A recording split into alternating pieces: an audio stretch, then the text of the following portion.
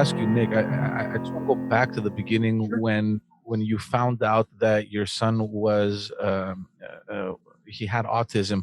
I mean, what does that mean in your family setting? I mean, how was that moment? I mean, how did you guys deal with that? Well, look, I mean, obviously, every family, every person deals with this stuff differently. But we had a pretty kind of almost stereotypical type of situation as far as autism goes. Manoli was our second kid. Our daughter at that time was about 4. So we kind of had almost like a benchmark, to compare with. She was a lawyer by the time she was 4. I mean, she Yeah. very, very outspoken, really, developed really fast, a lot of language, etc. When Manoli was born, everything was normal. It was a normal birth. He developed normally till about a year and a half. And we began to notice some changes. Like a lot of situations when it comes to autism, you kind of stop babbling, making eye contact with us, and we were concerned, so we started this traditional kind of path in terms of trying to make sure everything was okay. So first you go to the pediatrician and talk to the pediatrician, and then the pediatrician suggests we'll get the hearing checked. We got his hearing checked. The hearing was normal. And it was there really that we heard the word autism associated to him for the first time. The tech, the hearing tech at the ear, nose, and throat clinic at the children's suggested to us that we go to get him assessed at the autism clinic. And I'll tell you openly, I mean, I am not particularly proud of my reaction. I was a bit harsh with the tech. It's a very emotional thing, to hear anything that might be off about your kid, especially at such a young age. And we took it seriously though, and we decided to go forward, to get an assessment, only to discover waiting lists at the time, 2 years, and for an assessment, and all sorts of blocks from that perspective. We were able to get him assessed relatively quickly, and we got the diagnosis.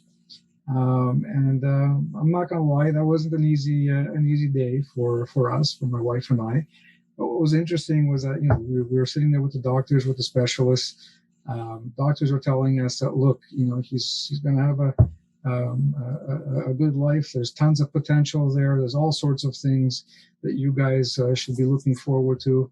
So basically, it was tough. But what was interesting was that at that very moment that we got the diagnosis, he was sitting there playing with a bunch of blocks and whatnot. This was a kid who was 3 years old at the time, and he kind of walked over to his mom and gave her a hug.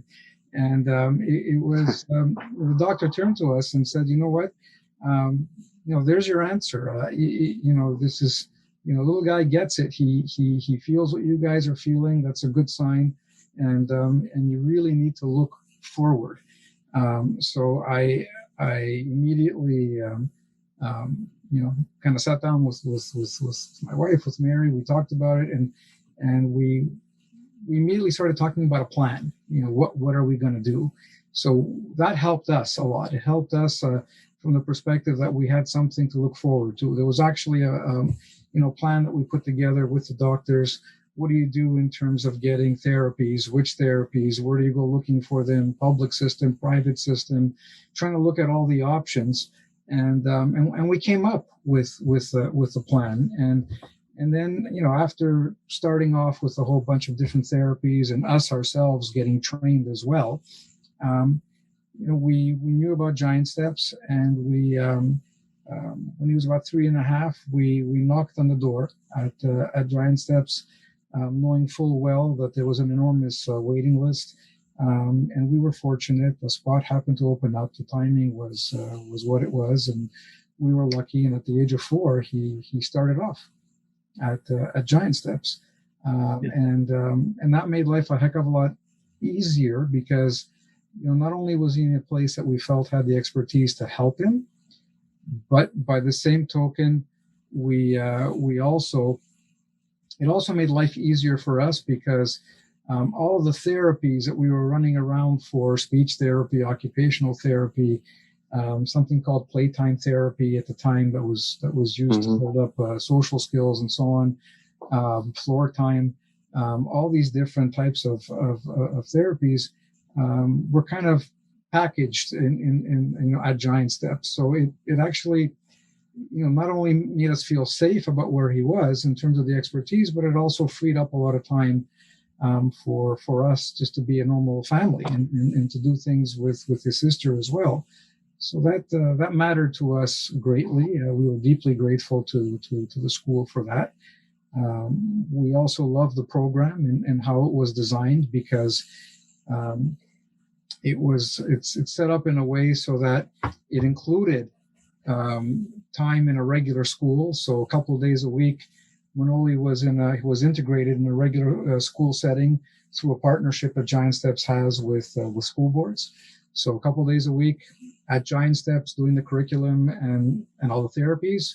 Then a couple of days a week in a regular classroom setting in a regular public school with a worker from Giant Steps, the equivalent of a childcare worker, who was there with him all day long, integrating him in a regular classroom setting with neurotypical kids. So he got both, the best of both worlds. He got that experience from both, and it's really helped them to develop in an incredible way. He's I'm very proud of him. He's become an incredible young man, and even though there's still challenges in terms of communication and other issues, this is a kid that's playing classical music on the piano. He does things on the computer that I'm clueless about, quite frankly. And he's just, he's a good kid. He's a nice kid that we're proud of, a nice young man. And right now, part of the program for him in terms of integration is no longer to go to that regular school every couple of days, but to actually be integrated in a work study program. So he was doing a stage, working 2 days a week. In his case, at the cafeteria at the Queen Elizabeth Health Complex, and he loved it. That's the plan. The idea for him is to graduate from Giant Steps, move on to some type of an adult program, an academic adult program, and then at the same time, work, do some kind of a trade or get some kind of an opportunity to work in a setting that makes him happy. And that's the plan. Be as independent as possible, and give something back to the community, to society. Get out there and work. And that's a big issue for us. At Giant Steps, we're running all sorts of programs now. The school has grown to an incredible extent over the last 10, 12 years. And we're running employment programs in partnership with the English Montreal School Board, where I am. It's been, like I said earlier, a remarkable life.